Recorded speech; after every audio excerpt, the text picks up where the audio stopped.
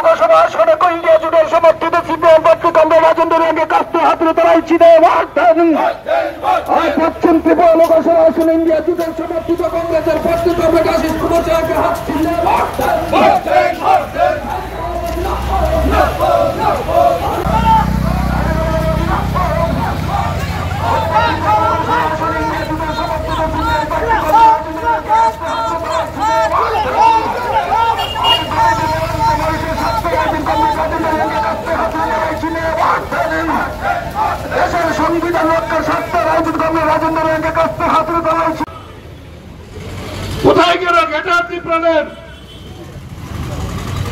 আসল কিছু না। ত্রিপুরায় 19 দফা আমাদের উপজাতি সম্প্রদায় আছে। বিজেপি তার মধ্যে একজন লোককে খুঁজে পেল না প্রার্থী করার জন্য।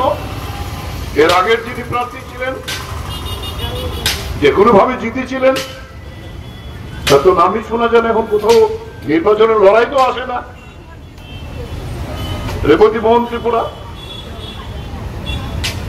গন্ডাছড়া বাড়ি ছিল, শিক্ষক, একজন পেল না। ওর থেকে যার ত্রিপুরার সংস্কৃতি, ত্রিপুরার উপজাতিদের ভাষা কিচ্ছু জানে না, তার জন্ম ত্রিপুরায় হয়নি। প্রদ্যুৎ কিশোরের পূর্বের মায়ের বোন,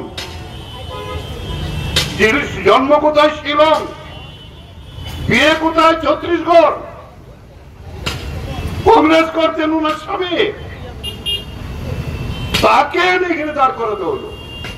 তাহলে বিজেপি দল কতখানি দেউলিয়া হলে এই প্রদ্যুৎ কিশোরের কাছে আজকে শুধু একটি ভোটে জিতার জন্য আত্মসমর্পণ করতে হয়েছে এই বিজেপির মতো একটি বড় দলকে। আমরা এক হয়েছি। আজকে দেশে সবচেয়ে বড় আক্রান্ত আমাদের বরেণ্য নেতারা। ব্রিটিশ তারকে দেশের স্বাধীনতা অর্জন করেছিলেন।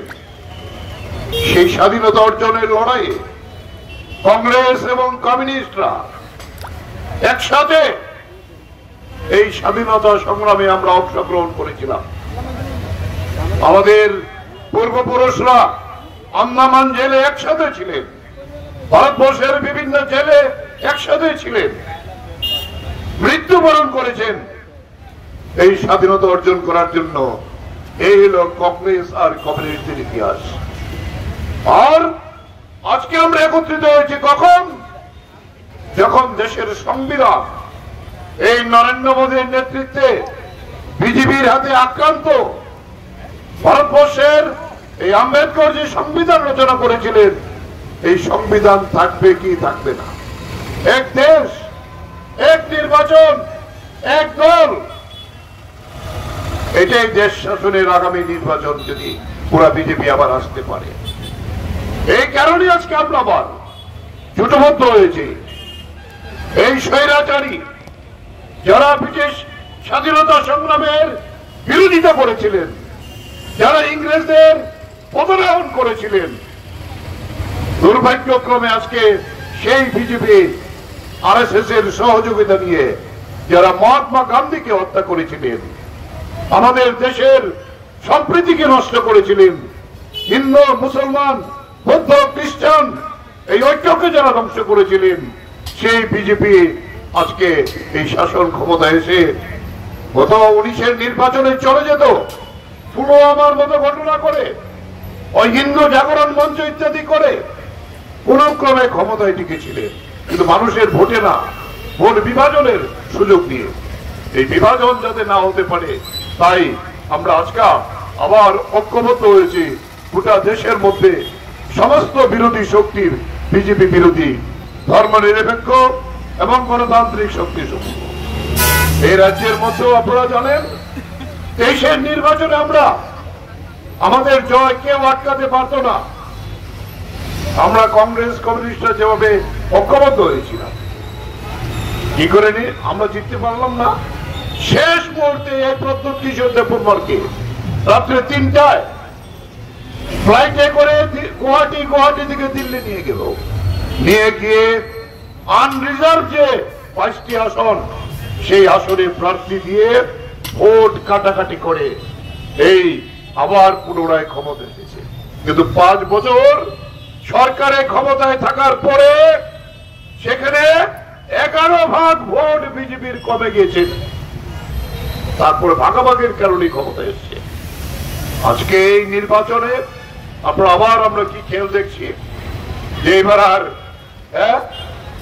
নির্দল প্রার্থী না, তীব্রতার প্রার্থী না, তীব্রতাকে বিজেপির পকেটে না ঢুকাতে পারলে, আর তীব্রতার পকেটে বিজেপি না ঢুকলে সিপিআইএম কংগ্রেস সহ যে 8 দলের জোট রয়েছে তাকে রোখার ক্ষমতা বিজেপির নেই ইতিহাসে। তাই এই অনৈতিক জোট হয়েছে। আমি জিজ্ঞেস করবো পুরনো যারা আছেন, 19-এর নির্বাচনের কথা যারা জানেন, ওই তাদের ওই কি মিসকল বাবা নাকি বলে দেওধর এই লোকসভার নির্বাচনে এই প্রদ্যুৎ কিশোরকে, এই প্রজ্ঞাকে যে দাঁড় করিয়েছিলেন, কি কথা বলেছিলেন? এই রাজ পরিবার দেশকে বিভাজন করতে চায়, ত্রিপুরাকে বিভাজন করতে চায়, ট্রাইবেল নন ট্রাইবেলের ঐক্য নষ্ট করতে চায়। তাই ওই কংগ্রেস থেকে প্রদ্যুৎ কিশোর তার বোনকে দাঁড় করিয়েছেন। আর কি কোন উপজাতিকে প্রেরণা? এই ছিল বক্তব্য। একই বক্তব্য আরেকজন সবজান্ত মন্ত্রী রতন কুমার নাথ, তিনি বলেছিলেন এই তীব্রতা বিশ্বাসঘাতক, তীব্রতা ট্রাইবেল বেঙ্গলের ঐক্য নষ্ট করতে চায়, তীব্রতাকে বুঝে নেবেন। এটা হয়েছিল ওই কুপন সমঝোতার আগে। তাই এখন বিজেপি বুঝতে পেরেছেন আমরা যেভাবে ঐক্যবদ্ধ হয়েছি, ত্রিপুরার সমস্ত বিজেপি বিরোধী শক্তি এই 2টি আসনে মানুষ যদি ভোট দিতে পারে, ভোট কেন্দ্রে যদি যেতে পারে, আমরা যদি এজেন্টদের বসাতে পারি, তাহলে বিজেপি 2টি আসনের 1টি আসনও জিততে পারবে না। তাই আমাদের এই জয়কে রোখার জন্য সেই অনৈতিক চুক্তি হয়েছে। প্রতিদ্বন্দ্বিতা করছে 2টি আসনে। পশ্চিম ত্রিপুরা আসনে কংগ্রেসের সভাপতি প্রাক্তন বিধায়ক আশিস কুমার সাহা, এবং এই পূর্ব ত্রিপুরা আসনে সিপিআইএম এর 3 বারের প্রাক্তন বিধায়ক, এডিসির সদস্য ছিলেন, আমাদের রাজ্য সম্পাদক মন্ডলের অন্যতম সদস্য কমরেড রাজেন্দ্র রিয়াং। মানুষ তৈরি হচ্ছেন। আমরা পশ্চিম আসনের যুক্তভাবে মনোনয়ন দাখিল করেছে আগামী 2 তারিখ, কারণ 1 তারিখে সেখানে পড়েছে সরকারি ছুটি, তাই 2 তারিখে আমবাসাতে আমরা সেই মনোনয়ন যৌথভাবে দাখিল করার জন্য 10:30টার মধ্যে আমাদের সমস্ত মানুষকে এই পূর্ব ত্রিপুরা আসনের এবং আমাদের নেতৃত্ব সেখানে উপস্থিত থাকবে।